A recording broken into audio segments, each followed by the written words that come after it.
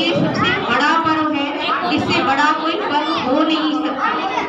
क्योंकि संविधान का जब जन्म हुआ तो वास्तव में हम लोगों को एक इंसान की जैसी जिंदगी जीने का अधिकार मिला। इससे पहले हमारी जिंदगी, हमारा जीवन एक कीड़े मकोड़ों की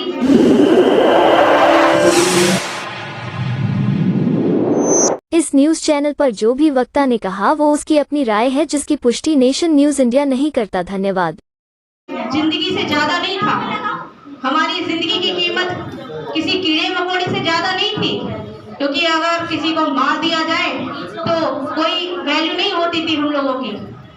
पानी पी नहीं सकते थे, अच्छे कपड़े पहन नहीं सकते थे, अच्छा खाना खा नहीं सकते थे, कमाने तक का भी अधिकार नहीं था, मेहनत की कोई हमें मजदूरी नहीं मिलती थी।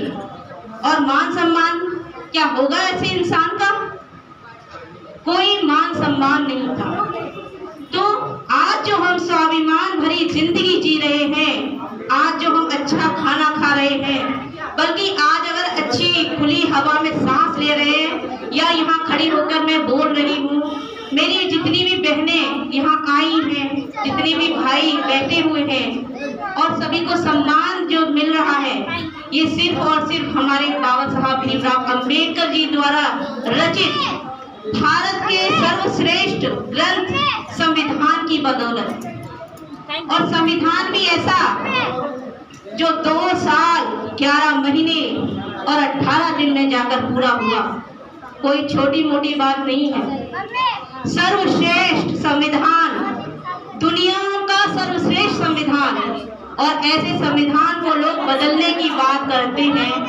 आप सोचिए कि जब बाबा साहब जैसे महामानव पैदा नहीं हुए तो ऐसा संविधान लिखने का किसके अंदर इतनी ताकत होगी, किसके अंदर इतनी हिम्मत होगी, या किसके अंदर इतनी किसकी औकात होगी जो ऐसा संविधान लिख दे, जो इतने बड़े देश को चला सके, जिसमें कितने सारे धर्म, जाति, संप्रदाय, अलग अलग समुदाय के लोग हैं।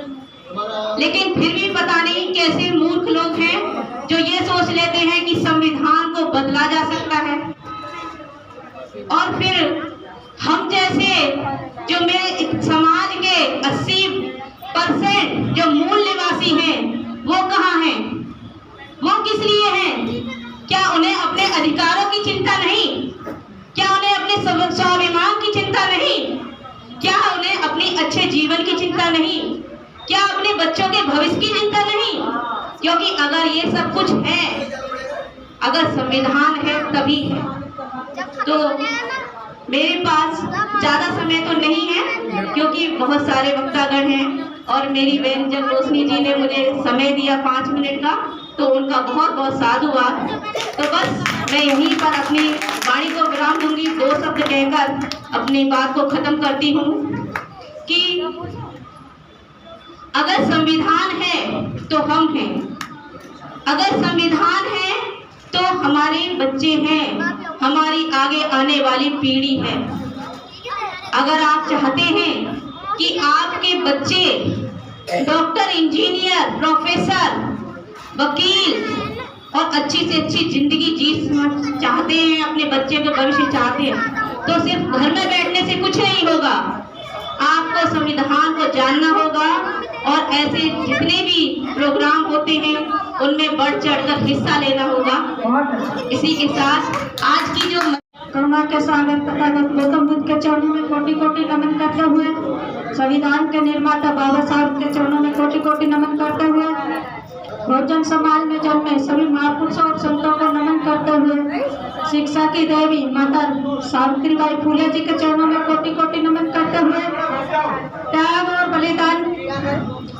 और बलिदान की देवी माता रमाबाई जी के चरणों में कोटि कोटि नमन करते हुए, यहाँ पर उपस्थित सभी हम बंधुओं को मेरा क्रांतिकारी नमो बुद्धाय। जय भीम, जय भीम, जय भीम। वैसे तो समय नहीं है, समय की अपनी एक सीमा है, और मुझे सिर्फ 2 मिनट या 5 मिनट का ही समय मिला है। वक्तागण और भी बहुत हैं, तो मैं मैं ज्यादा समय न लेते हुए बस एक हिंदू धर्म और बाबा साहब के संविधान के बारे में ही थोड़ी सी चर्चा करूंगी कि हिंदू धर्म के अनुसार नारी का क्या स्थान था और बाबा साहब के बनाए हुए संविधान में आज हमारे महिलाओं का क्या स्थान है। तो हिंदू धर्म के अनुसार एक महिला मंदिर की मुख्य पुजारन नहीं बन सकती और ईसाई धर्म में चर्च की मुख्य पादारी नहीं बन सकती धर्म के अनुसार। और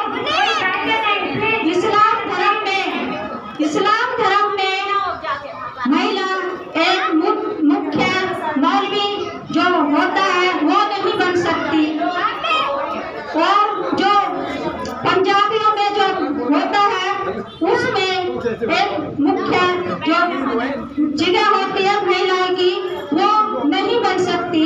मगर बाबा साहब के संविधान में जो जगह उसके अनुसार बाबा साहब के संविधान के अनुसार एक महिला डॉक्टर, इंजीनियर, मंत्री, संतरी, प्रधानमंत्री और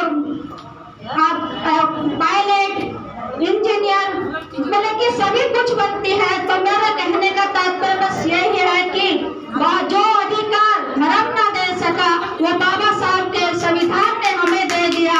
उसके बाबा साहब के हम ऋणी हैं। मैं बाबा साहब का कर्ज तो एक जन्म तो क्या 7 जन्म भी नहीं उतार सकती।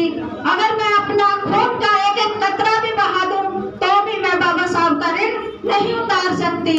क्योंकि मैं जब से बाबा साहब को जाना है, पढ़ा है, लिखा है, बस मेरा यही है कि जब तक मैं जिंदा हूँ बाबा साहब के जो कारवा है इसको अपने मरते दम तक निभाती रहूंगी।